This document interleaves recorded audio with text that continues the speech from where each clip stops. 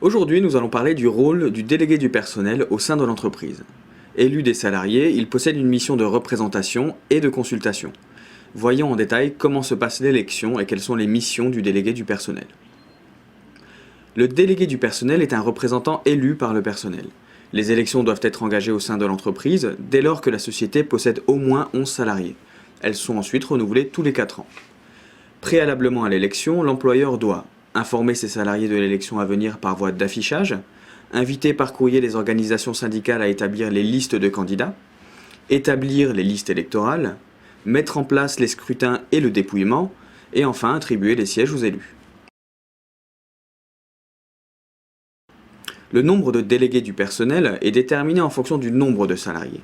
Toutefois, on retrouvera au minimum un délégué titulaire et un délégué suppléant dans les entreprises éligibles. Pour devenir délégué du personnel, il faut remplir quelques critères. La personne qui désire se présenter doit être âgée de plus de 16 ans, avoir au minimum 3 mois d'ancienneté dans l'entreprise, et enfin ne jamais avoir encouru de condamnation privative de droit de vote. Le délégué du personnel doit remplir 2 missions particulières. Sa mission principale sera de transmettre les requêtes des salariés auprès de la direction. Ces requêtes peuvent traiter de différents aspects relatifs aux conditions de travail et à la vie au sein de l'entreprise. Le délégué du personnel a également pour fonction de saisir l'inspecteur du travail si cela lui semble nécessaire dans le but de faire valoir les règlements ou les réclamations des salariés. Enfin, il peut être amené à réaliser des missions exceptionnelles en cas d'absence de comité d'entreprise.